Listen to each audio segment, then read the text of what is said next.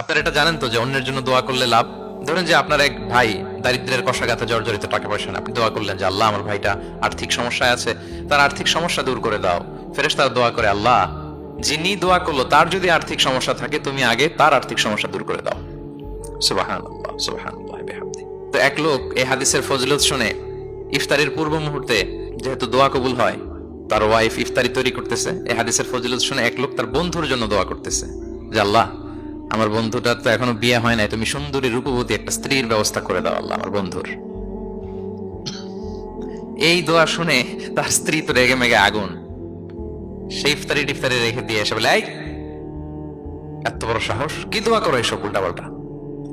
স্বামী বলে, কি দোয়া উল্টা পাল্টা, কি দোয়া করলাম? আমি তোমার বন্ধুর জন্য দোয়া করছি যে আল্লাহ তারে তুমি রূপবতী সুন্দরী স্ত্রীর ব্যবস্থা করে দাও। তো ওয়াইফ বলে, এই তুমি কি মনে করছো আমি হাদিসটা জানি না যে অন্যের জন্য ভালো কোনো দোয়া করলে আগে এটা নিজের জন্য কবুল হয়?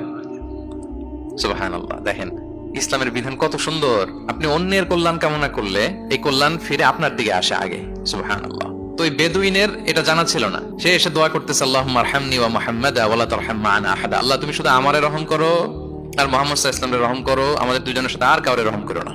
রাসূল ইসলাম তাকে বলেন, হায় রে, একটা প্রশস্ত বিষয়কে সে সংকীর্ণ করে ফেললো। আফসোস করে বলতেছে, কারণ আল্লাহর দরবারে রহমের কি কোনো ঘাটতি আছে বলেন তো? আল্লাহর দরবারে রহমতের কোনো কমতি আছে? নাই। সাথে সবাইকে ইনক্লুড করতে পারতো। আচ্ছা গেল, দোয়া শেষে এবার সে মসজিদে নবীর মাঝখানে বসে পেশাব করা আরম্ভ করছে। এবার তো সাহাবারা রেগে মেগে আগুন, কি এত বড় সাহস, মসজিদে নবীর মাঝখানে পেশাব! সবাই উদ্ধত হচ্ছে, তাকে মারতে যাবে। রাসূল ইসলাম সবাইকে সামলালেন, থামালেন, বললেন, রাখো রাখো রাখো, ছাড়ো, আগে সারতে দাও।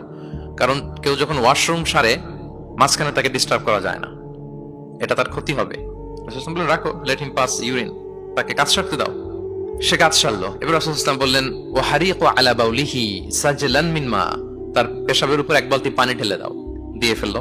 এবার রাসূল ইসলাম বললেন, ইন্নামা বুইসতুম মুয়াসসিরিন ওয়া লাম তুবআসু মুআসসিরিন। হে সাহাবারা, মনে রাখো তোমরা সহজপন্থী হিসেবে প্রেরিত হয়েছে, তোমরা কট্টরপন্থী হয়ে পৃথিবীতে প্রেরিত হও নাই। সুবহানাল্লাহ। তাহলে যে কোনো জিনিসের সলিউশন আপনার সহজভাবে করতে হবে, এটাকে জটিল বানানো যাবে না। আমরা অনেক সময় জটিল থেকে জটিল করি। তখন এই বেদুইনকে রাসূল ইসলাম ডেকে বললেন, আচ্ছা তুমি যে কাজটা করলে, মসজিদে নবীর মাঝখানে পেশাব করলে, এটা কি ঠিক হলো? তুমি কি জানো এটা আল্লাহর ঘর, এটা আমাদের মদিনার কমিউনিটির ইবাদতগাহ, এখানে আমরা আল্লাহর ইবাদত করি, আল্লাহর জিকির করি, আল্লাহর কিতাব তেলাওয়াত করি, এটা কি তোমার ঠিক হলো? এইভাবে যখন আদর দিয়ে পরম মমতায় তাকে বুঝিয়ে বলা হলো, সে লজ্জিত হয়ে মাথা নিচু করে ফেললো। সুবহানাল্লাহ। রাসূল সাল্লাল্লাহু আলাইহি ওয়াসাল্লামের কাছে ক্ষমা চাই। আপনি কোমলতা, ভালোবাসা দিয়ে যা জয় করতে পারবেন, কঠোরতা দিয়ে সেটা পারা যায় না, খেয়াল রাখবেন। ভালোবাসা দিয়ে যেভাবে আপনি মানুষের হৃদয় জয় করতে পারবেন, কঠোরতা দিয়ে পারবেন না। এজন্য ইসলাম ফ্লেক্সিবিলিটিতে বিশ্বাস করে। ফ্লেক্সিবিলিটি, লা ইউকাল্লিফুল্লাহু নাফসান ইল্লা উসআহা। আল্লাহ সাধ্যের বাইরে কাউকে কখনো কিছু চাপিয়ে দেয় না। এজন্য ইসলামকে সহজ করে উপস্থাপন করতে বলেছেন তিনি।